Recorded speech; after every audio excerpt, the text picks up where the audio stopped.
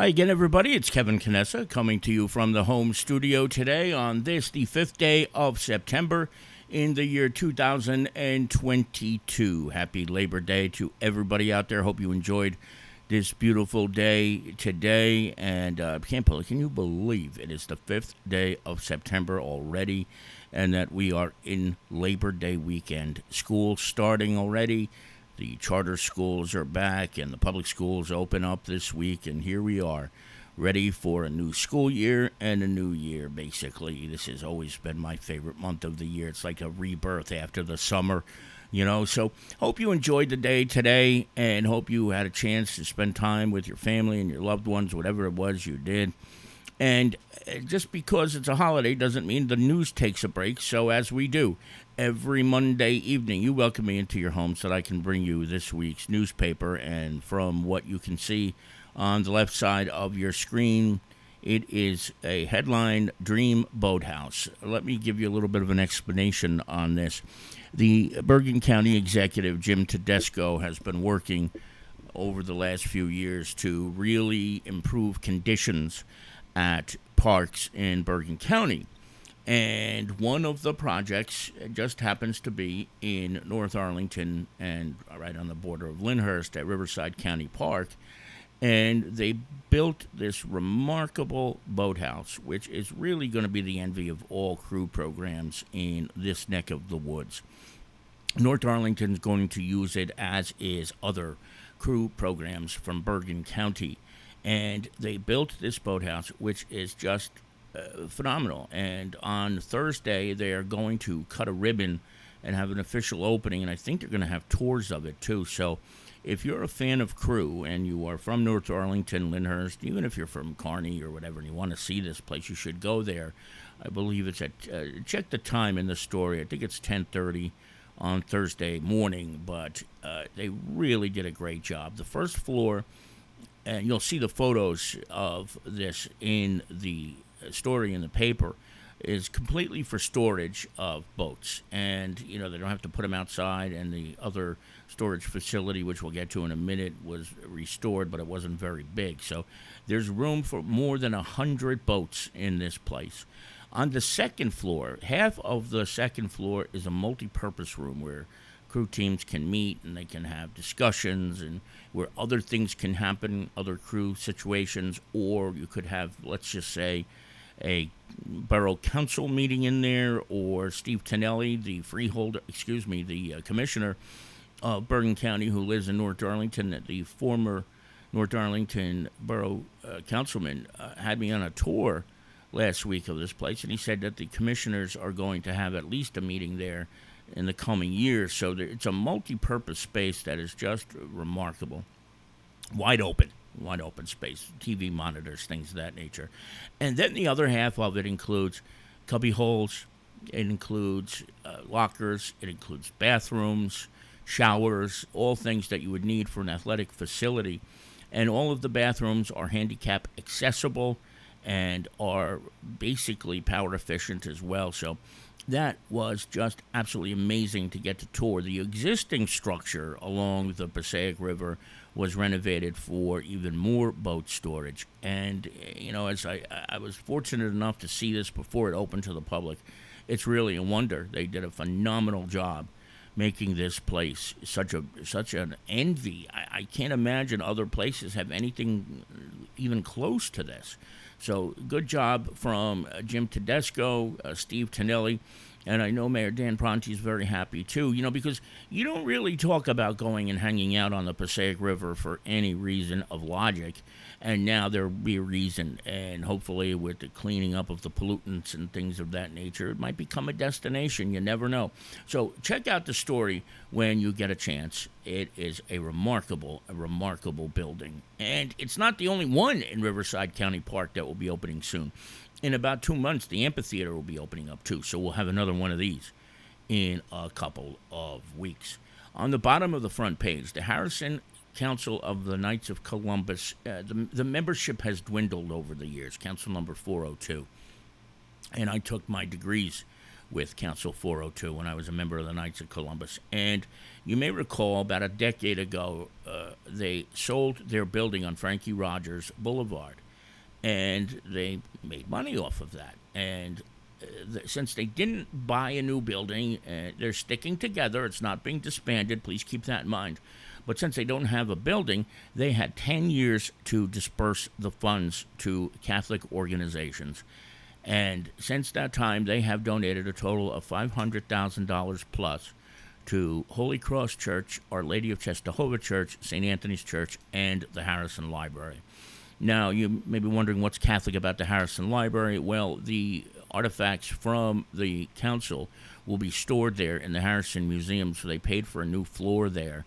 And they've given out countless dollars to these parishes who were able to do things that they otherwise wouldn't have been able to do. So it's a pretty remarkable amount of money that was given out, and those parishes have benefited from it greatly.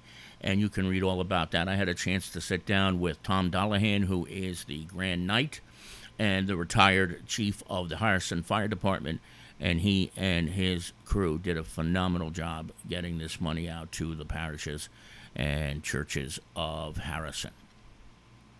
The inside, as we move inside, this is it was a terrible story where a Jersey City police officer, he was off duty, was over on Route 7, well, I guess they call it the Newark Jersey City Turnpike, and he stopped to help with a car crash, and when he got out, another car crashed and caused the car to catch fire, and he was severely burned, so you can read about that.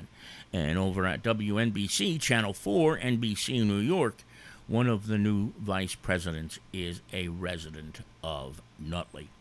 Did you know that as school begins this week in the town of Kearney, that the school district has now got itself an app? And yes, it is a phenomenally designed and done app. It is available for iPhones and for Androids. So if you are a parent, get it. If you're not, get it. I have it. I tried it out. It's very, very well put together. And it's a great new tool for communication with the school district to parents and to the children. And, it can be used for all sorts of different things, including emergency closures, snow days, things of that nature. But they did a phenomenal job. And this was something that Patty Blood had wanted to do. The new superintendent, Flora and Carnesal, continued it along and saw it to fruition. And now it's available for free to download at the Google Play Store or at the App Store for iPhones and iPads and things of that nature. MetroDoc is a chain of doctors and clinics, and it recently opened a place in Belleville in the Silver Lake District, so I hope you'll check that out. Lisa and I were able to go over there and take a look at the place on Ribbon Cutting Day. They did a nice job putting this together. It used to be part of the Pathmark over there, and it's been renovated into offices. And what they did when they put this together was use the colors of the Belleville High School Buccaneers teams, which is yellow, goldish, and blue. So check it out. They did a phenomenal job there, and it's open 7 days a week, which is remarkable, from 8 p.m. to 8 a.m. to 8 p.m. every single day. And, a lot of these clinics are open, but not so much so on Sunday, but to be open a full day on Sunday, if there's ever an emergency, this is your close spot, and you'll be able to get there and see what's going on there. My colleague Ron Lear has a story about all of the work that was done at numerous North Arlington public schools. So a lot of work over the summer is done. It's ready for the kids to come back this week, so check that out when you can on page number 4. Now, former New York Jets star, played for the Dolphins, I think, too, and the Patriots, Ray Lucas, is the head coach of the Harrison High School boys football team, and he is also the executive director of the Harrison Housing Authority, a position his own father held for 27 years in the town of Harrison. Well, I actually didn't know this, but Ray had a bout with painkiller addictions, and he spoke to the student athletes at Harrison High School last week and was very, very candid about his addiction. And as somebody who once had an addiction to pain pills, I totally get where he's coming from. His addiction got him to the point where he was taking 1,400 painkillers a month. Can you just imagine that? When at times they may prescribe you 30 or 60 for an entire month if you need it for whatever the reason. And, he needed it because he had multiple surgeries over his NFL career. So eventually, those painkillers, as addictive as they are, take over your life to the point where you need them to survive, just to function during the course of the day. And Ray speaks very, very candidly about it. And we have a recap of that in this week's edition of The Observer. And this, of course, is our opinion page. And you can read the editorial about suicide. I don't want to get too deep into it today. We'll save this for a special show about depression and suicide. But there were so many cases of suicide that we read about last week. And, I just keep saying over and over, and I think you would probably agree with me, it's never the answer. There is help out there. There's so many things. 988 instead of like 911 is the number to call now. It's only 3 digits if somebody is out there and experience suicidal tendencies. And it's just a sin that so many young people are doing this. We'll get into it more in depth, but read the editorial and you'll see where that comes from and what it's all about. Tim Wagner has a police blotter this week, as he does every single week for the most part. And this was an interesting case. A guy was in a car that he wasn't supposed to be in, and he fell asleep in it. And somebody called, shouldn't have been in the car, but then he went into a house and weren't sure if that was his house. Turns out the house was his, but the car was not. Our good friend Jason Bernstein has 3 sports stories, 2 about the Nutley High School football program, and also one about Kearney football, too, as well as their season gets underway. And as we do each and every week, there are 2 pages of classifieds. So if you're looking for a job, if you're looking for a place to live, I can't say so much a place to live because the real estate portion of the classifieds has declined a little bit lately. There are very few apartments available. Not sure why that is. Maybe just people are going somewhere else with their classifieds, but they should be coming to us because that's how you're going to find the best tenants, by coming to us and not using a crazy thing like Craigslist or anything like that. But there's plenty of jobs available, including some of the town of Kearney. So if you're looking for work, check out the classifieds today. You can see this week's e-edition already at theobserver.com if you don't want to wait until tomorrow to see this week's edition. And that's going to do it for this issue of theobserver.com live. I can't even speak. I want to thank each and every one of you for joining me today. Don't forget, 1 week from today, we will be back with more. But, of course, if anything breaks during the course of the week, we will join you with it live. And I hope you like the new setup today, too. A little bit different. But we're trying to make this as professional as possible and looking as aesthetically pleasing as it possibly can. So, from the home studio today, Kevin Canessa signing off for now. And I hope to see you back here again very, very soon. Good night, everybody. Enjoy the rest of your Monday. Take care.